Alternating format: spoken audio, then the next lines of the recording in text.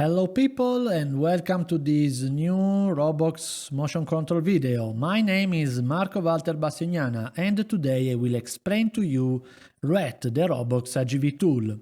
First of all, here in the website we may go to catalog and software. Here in the software part we may go to see that's RDT, and we would like to go to products, and then we will go to AGV, and here in the AGV we have software for AGVs. Okay, that's here, and in this point we may see we have the AGV manager, the AGV handler, and the RAT.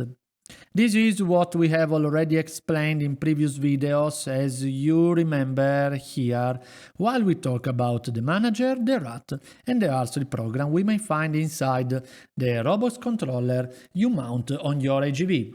Finally, there is also the digital dispan part, but this is already provided together with the hardware of the HMI you will buy.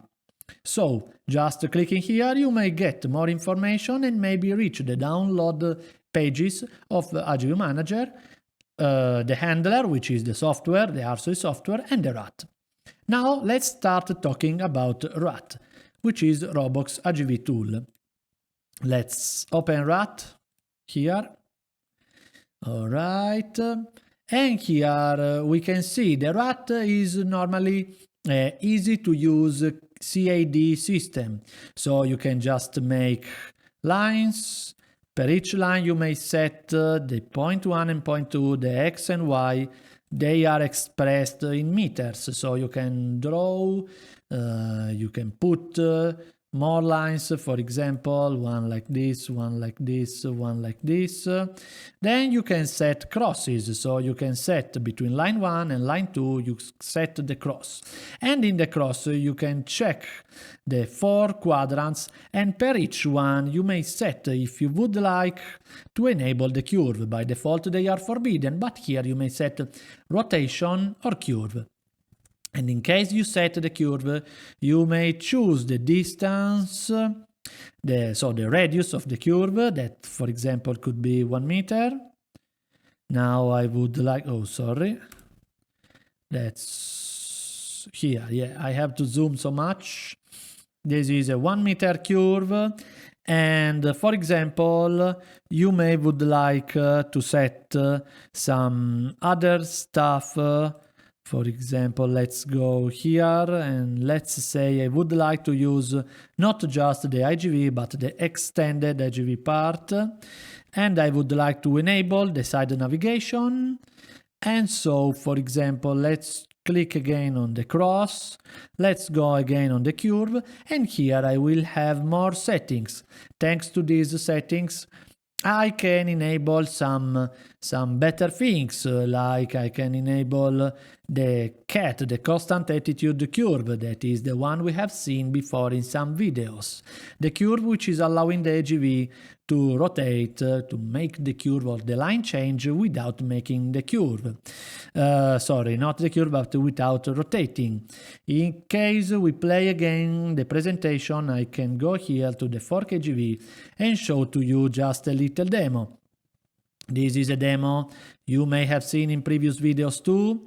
Here is the AGV, and here is the AGV making the curve. Now you see the corner here, which is touching this yellow line. And here again, the front right corner is on the other side. Now here it's me checking the AGV. Now let's go forward and just see how the AGV will come back to the other line. This is not a standard curve, but this is the CAT, we call it constant attitude. You can see here the AGV is not going so much left to the yellow line. So this is a good example of what we can enable. Here I can enable, now I'm sorry it's written Italian, but the RET can also be provided in English. So I'm just enabling the constant attitude curve, and this will allow the AGV to perform this motion. Now, after checking here the line and cross here we may set the vehicle and, oh, sorry. Yeah, I made this, this line is, I made too many big lines, so let me just make easier ones so I do not have to zoom too much. And okay, then for example we have this one is the CBAT, so the battery charge point. Here we have the generic point which is used by the navigation, and later on, if you will see the AGV manager video, I will explain to you something more about how to use the generic points. Let's say that normally they are points in which the AGV will be allowed to stop. So for example, I can put one here and one here. So in case more AGVs are coming to this cross, maybe one AGV will stop in this point, allow the other to move vertically, and then it will continue its movement. So it is good to put them in a clever position. Then, in case you use an inertial movement AGV, you may need to put magnets, and these, here we have the magnet point. And every point on the line will have its own position, so you can come here and modify it according to what you need. For example, this is a 10 meters magnet, and then we will put another magnet at 10.5. Now let's go here and put it here. Okay, in this case, imagine we would like to make double magnet, so I select them all, I come here and I say they are double. In this way, the AGV will already know the information about the double magnet and will make the correction only after detecting them both and calculating the x, y and the angular error. Finally, we have the start point. Yeah, normally the start point in the inertial AGV is together with the magnet. Oh, sorry, put it wrong. So I must put it here at 10.5.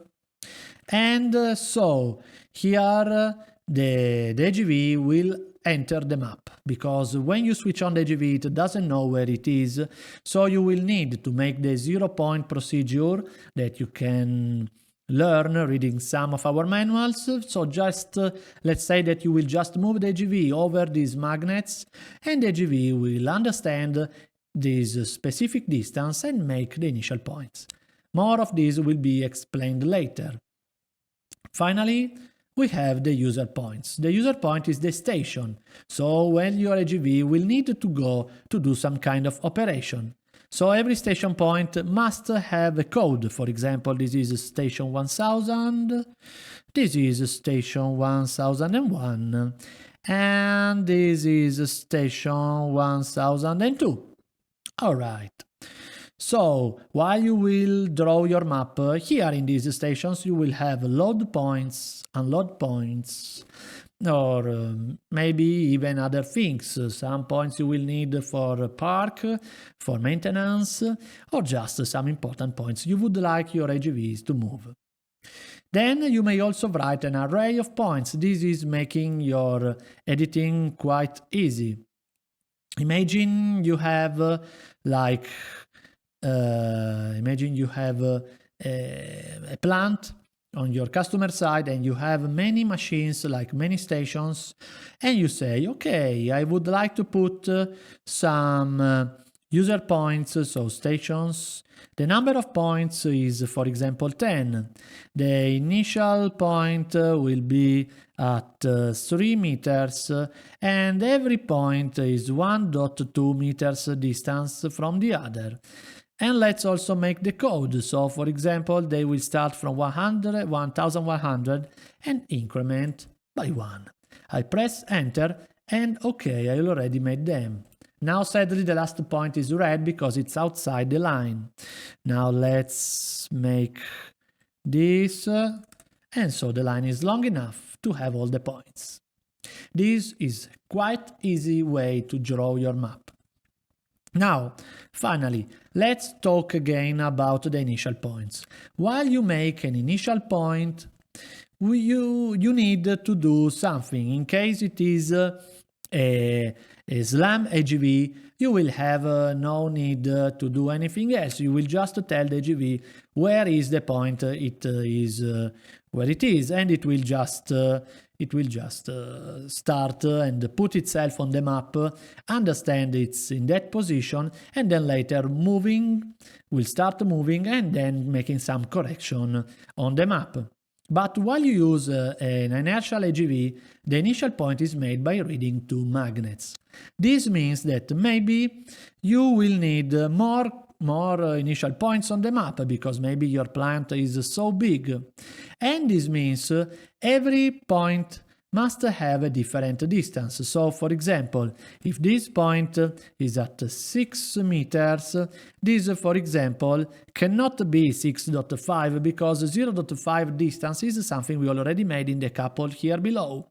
So let's make 6.65 meters.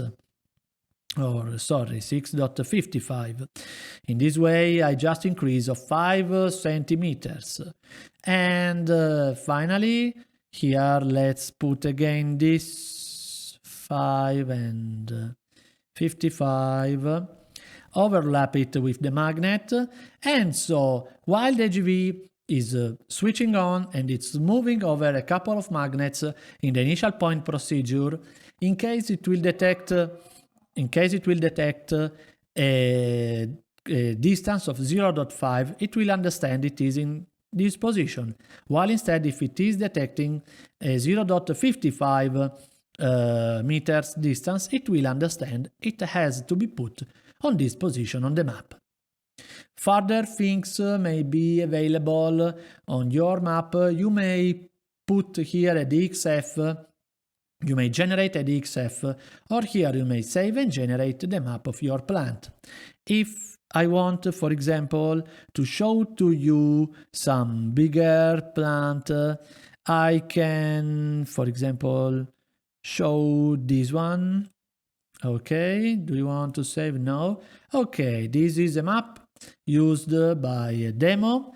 Here there are some lines. You can see some curves with you can see some maps with the one way only, and so for example this means now I'm not able again to touch it. Okay, here the AGV is only allowed to move leftwards in these curves, and for example here we can see some generic points, some magnet points. Here there is the AGV, and so on.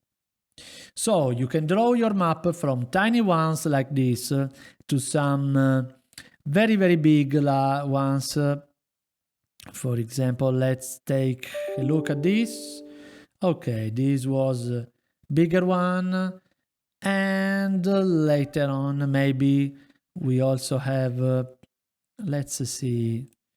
Okay, yeah, it's much a bigger map in which there are more points. But this is all the things you can do, and different kind of maps can be used with more AGVs. You can see here there are just 3 ones, but you may make more developed things, more special curves like the cat, and define your one ways only. The one way only, like here, I'm sorry again, it's Italian, but it says on this point the AGV is only allowed to move backwards. This is the best way to avoid a deadlock. Now, let's talk again about the deadlock. What we have seen in the presentation before is that the AGV manager can handle all the navigation. And in many plants we have 2 lines, so one to go forward and one to go backward. And that's the best way to avoid deadlocks. But sometimes, like here in the left line, we have only one line because the space available is not enough to make 2 lines. And for this reason, it is important to define maybe that this line is only one way to go down and this line is only one way to go up. In this way, when AGV will have to move from one station here to one station there, they will only allowed to move in a counterclockwise way. In this way I will avoid to create some deadlock made by some AGV who wants to go up and some other that wants to go down. Other deadlocks may be done by strange situations like more AGVs asking to go to the same point, or one AGV locked in some station by some other locking its only way out. So this is the thing that may happen if you put too many user points close to a cross, or if your program to handle the AGVs is not perfectly written. This is why I suggest you to always use the AGV manager and play with the rat to simulate and to see if your system is reliable, stable, and free of any deadlock. Of course, the only way to know it will be to simulate. But if you need more help on doing this, keep asking to Robox staff and keep learning from our videos. Thanks for your attention.